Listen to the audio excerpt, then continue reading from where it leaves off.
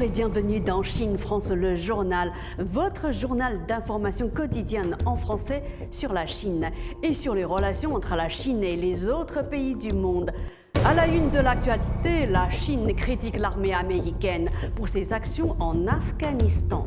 De nombreux doutes sur l'origine du virus pèsent sur les États-Unis. Selon les médias chinois, la vice-présidente américaine Harris cherche à diviser l'Asie. Les importations de vêtements de Shanghai en provenance de l'Union européenne ont presque doublé de janvier à juillet. En Chine, le salon du commerce des services financiers attire 143 entités financières. L'utilisation transfrontalière de la monnaie chinoise atteint un niveau record. La Chine rouvre l'un des principaux ports du monde. Enfin, le plus long tunnel routier du monde entre dans une voie express. Mardi 24 août, Chen Xu, le représentant de la Chine, a déclaré au Conseil des droits de l'homme des Nations Unies que les armées des États-Unis et des autres membres de l'OTAN devraient être tenues pour responsables des atteintes aux droits de l'homme qu'elles auraient commises en Afghanistan. S'exprimant au cours d'une session consacrée à des allégations d'abus commis par les talibans, le représentant de la Chine, Chen Xu, a déclaré « Sous couvert de démocratie et de droits de l'homme, les États-Unis, le Royaume-Uni, l'Australie et d'autres pays mènent des interventions militaires dans des États souverains et imposent leur propre modèle à des pays dont l'histoire et la culture sont très différentes. » Chen Xu a ajouté que cela avait infligé de grandes souffrances au peuple afghan. L'Organisation de défense des droits humains Amnesty International avait affirmé auparavant que des milliers d'Afghans avaient été tués ou blessés par des soldats américains, dont quelques-uns seulement ont été poursuivis. Le ministère américain de la Défense avait alors défendu les mesures prises pour éviter les pertes humaines. Depuis un certain temps, un nombre croissant de médias, notamment américains, se sont interrogés sur des phénomènes apparus aux États-Unis et qu'ils soupçonnent d'être à l'origine du Covid-19. Selon le site internet de l'université Johns Hopkins, en octobre 2019, un certain nombre d'agences aux États-Unis ont lancé conjointement un exercice épidémique mondial appelé Événement 201. Le modèle était supposé être un coronavirus similaire au SRAS, susceptible de se propager rapidement et de provoquer une pandémie mondiale. Dirigé par l'université Johns Hopkins, l'exercice a simulé l'épidémie d'un nouveau coronavirus zoonotique. Le virus s'est d'abord transmis des chauves-souris aux porcs, puis aux humains, et a finalement muté pour se transmettre entre les hommes, entraînant une grave épidémie. Présentant les raisons de l'exercice, le site internet de l'université Johns Hopkins a indiqué que cette possible épidémie entraînerait non seulement des maladies graves et des pertes en vie humaine, mais également de graves conséquences économiques et sociales provoquant un impact de grande envergure et des douleurs à long terme dans le monde. Selon le site internet de l'American Broadcasting Company, ABC pour les initiés, un rapport de renseignement du Centre national d'information médicale de novembre 2019 décrivait en détail les inquiétudes concernant l'épidémie actuelle de coronavirus et a informé plusieurs agences gouvernementales américaines. Le reportage d'ABC a souligné que le gouvernement américain aurait pu prendre des mesures de confinement plus tôt pour se préparer à la crise à venir. Les critiques accusent le gouvernement américain de ne pas être préparé à faire face à la pandémie, causant un grand nombre de morts aux États-Unis. Pour sa part, CNN a rapporté que des responsables du renseignement américain avaient mis en garde contre l'épidémie de coronavirus dans un rapport du National Medical Intelligence Center en novembre 2019, mais les responsables américains l'ont rejeté. En avril 2020, dans une interview à ABC, le secrétaire à la défense de l'époque, Mike Esper, a même déclaré qu'il ne se souvenait pas de cet incident. En déplacement en Asie, la vice-présidente américaine Kamala Harris a déclaré que Pékin utiliserait la coercition et l'intimidation pour appuyer ses revendications en mer de Chine méridionale. Sans attendre, les médias chinois ont immédiatement répliqué, accusant Kamala Harris de chercher à diviser la Chine et ses voisins d'Asie du Sud-Est. Kamala Harris a fait ses déclarations lors d'un discours à Singapour, mardi 24 août, alors qu'elle entame une visite de 7 jours dans la région, Objectif, montrer la volonté des États-Unis de contrer l'influence de la Chine dans la région Indo-Pacifique.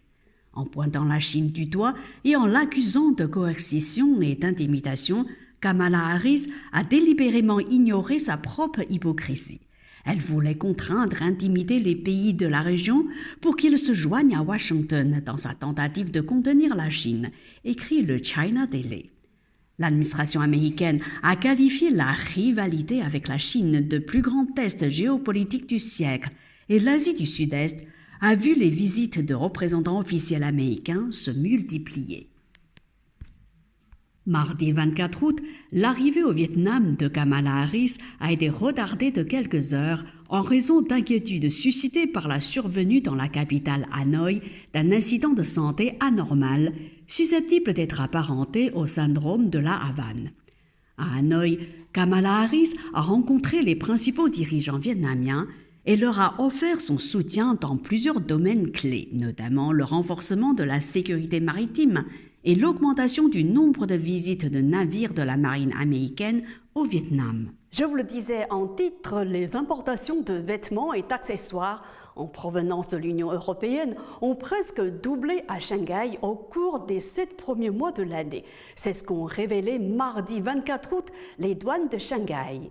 De janvier à juillet, les importations sont élevées à 13,47 milliards de yuan, environ 2,07 milliards de dollars, soit une hausse de 99,9% en base annuelle. C'est près de 2 fois le volume des exportations au cours de la même période, qui a atteint 7 milliards de yuan. Selon les chiffres des douanes, au cours des 7 premiers mois, les importations de Shanghai de produits en cuir et en fourrure en provenance de l'Union européenne ont atteint 11,2 milliards de yuan, soit une hausse de 94,8% en glissement annuel. La France et l'Italie ont été les principaux pays bénéficiaires directs de l'augmentation des importations de Shanghai. De janvier à juillet, le volume des échanges de Shanghai avec ces deux pays a atteint respectivement 61,21 milliards de yuan et 60,02 milliards de yuan, en croissance de 39,1% et de 49,5% en glissement annuel. Dans le même temps, les importations de cosmétiques et de produits de soins personnels de Shanghai en provenance de l'Union européenne ont augmenté de 21,2% au cours des 7 premiers mois de l'année pour atteindre 12,52 milliards de yuan. Les douanes expliquent la croissance des importations par la consommation croissante des clients chinois et leur intérêt pour les vêtements importés. Les plateformes d'exposition telles que l'Exposition internationale des importations de Shanghai ont également joué un rôle important dans l'introduction en Chine d'un nombre croissant de produits de l'Union européenne. Le volume du commerce de Shanghai avec l'Union européenne, le plus grand partenaire commercial de Shanghai, a atteint 451,58 milliards de yuan au cours des 7 premiers mois de l'année, en hausse de 26% en glissement annuel.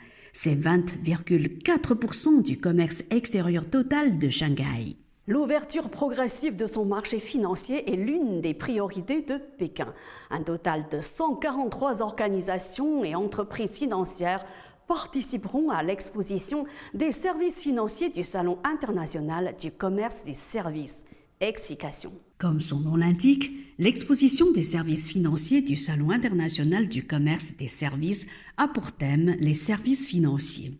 Elle se déroulera du 3 au 7 septembre en ligne et hors ligne au parc Shougang dans l'arrondissement de Shijingshan à Pékin. Parmi les 143 entités financières, 84 sont chinoises et les autres viennent de 18 pays et régions, dont la Société Générale et la Banque de Montréal. Le site de l'exposition couvre une superficie de plus de 17 000 mètres carrés, ce qui en fait l'exposition financière la plus importante, la plus vaste et la plus influente de la Chine. C'est ce qu'a indiqué Wang Ying, directrice adjointe du Bureau de la supervision et de l'administration des affaires financières locales de Pékin. Les participants vont faire la démonstration des services financiers frontaliers mis en place pour promouvoir l'initiative La Ceinture et la Route, les zones de libre-échange de la Chine et le commerce international. Des expositions financières en ligne et la signature d'accords de coopération seront organisées lors de ce salon. Parce que la Chine est devenue la première puissance commerciale du monde, sa monnaie, le renminbi, est de plus en plus utilisée dans le monde. Selon un rapport sur l'internationalisation du renminbi publié par l'Association bancaire de Chine, la part de la monnaie chinoise dans les paiements transfrontaliers a atteint un niveau record en 2020 et a continué de prendre de l'ampleur. Reportage. Ce rapport de l'Association bancaire de Chine montre que l'utilisation transfrontalière du RMB a bondi de 44,3% d'une année sur l'autre pour atteindre 28 380 milliards de yuans, soit environ 4 370 milliards de dollars l'année dernière, dont les recettes transfrontalières ont atteint 14 100 milliards de yuans et les paiements se sont élevés à 14 280 milliards de yuans. Les règlements transfrontaliers en RMB représentaient 47,4% de tous les règlements transfrontaliers en devises nationales et étrangères, un nouveau record. C'est supérieur de 9,28 points de pourcentage à celui de 2019, année qui a vu arriver la pandémie de coronavirus. Toujours selon le rapport, le taux d'intérêt et de change du RMB sont restés relativement stables pendant la crise sanitaire, ce qui a fait de cette monnaie une valeur refuge pour les investisseurs et les capitaux mondiaux. Alors que la Chine accélère l'ouverture à double sens de son marché financier, de plus en plus de canaux ont été établis pour que les investisseurs placent de l'argent dans des actifs libellés en RMB. Les investisseurs mondiaux ont changé leur attitude attentiste pour faire des investissements systématiques et à long terme sur le marché obligatoire chinois, l'un des plus importants du monde. Ce rapport propose que les organismes financiers chinois guident les investisseurs étrangers dans l'utilisation de la monnaie chinoise dans leurs opérations financières, telles que les règlements, les investissements et les financements transfrontaliers. En Chine, le troisième port du monde en termes d'expédition, Ningbo-Zhoushan, a rouvert mercredi 25 août. Il avait dû fermer début août après la découverte d'un cas de Covid-19 parmi les employés. Bonne nouvelle, mercredi 25 août, la Chine a enfin levé les restrictions sanitaires dans l'un des principaux ports du monde, partiellement mis à l'arrêt début août après l'apparition d'un foyer de Covid-19, ce qui pénalise lourdement le transport logistique. Situé à 250 km au sud de Shanghai, le port de Ningbo-Zhoushan est l'un des principaux ports chinois pour le fret. L'an dernier, 1,2 milliard de tonnes de marchandises ont transité par les quais de ce port, le troisième du monde en termes d'expédition. La découverte le 11 août d'un cas de Covid-19 parmi les employés du port avait entraîné la fermeture d'un terminal, Meishan, qui dispose d'une capacité de 10 millions de conteneurs. Les restrictions sanitaires au terminal Meishan ont été levées le 25 août pour une reprise progressive de l'activité, mais le terminal ne sera pleinement opérationnel qu'au 1er septembre. Au cours des 10 derniers jours, près de 2000 salariés avaient été mis à l'isolement au moment où les chaînes d'approvisionnement mondiales étaient déjà à flux tendu. Ces derniers mois, le transport maritime est sous forte pression au niveau mondial du fait des restrictions sanitaires et du redémarrage de l'économie qui a fait bondir la demande de biens. Après avoir surmonté le plus grand goulot d'étranglement, le plus long tunnel routier du monde entre dans une voie express. Reportage. Le 23 août, le tunnelier Tianshan Hao du tunnel Tianshan-Shengli du projet d'autoroute Wuyu dans la région autonome ouïghour du Xinjiang a traversé avec succès la zone de faille F6 Boro-Konyu à Shik-Kuduk, la zone de faille la plus grande et la plus dangereuse. Selon Cui Ting-Chuen, en charge du projet, surmonter ce grand goulot d'étranglement de la construction du tunnel signifie que la construction du tunnel va s'accélérer. Le tunnel Tianshan-Shengli traverse les monts Tianshan sur une longueur totale d'environ 22,1 km. Il s'agit du plus long tunnel routier du monde, hautement stratégique pour le projet d'autoroute Urumqi-Yuli.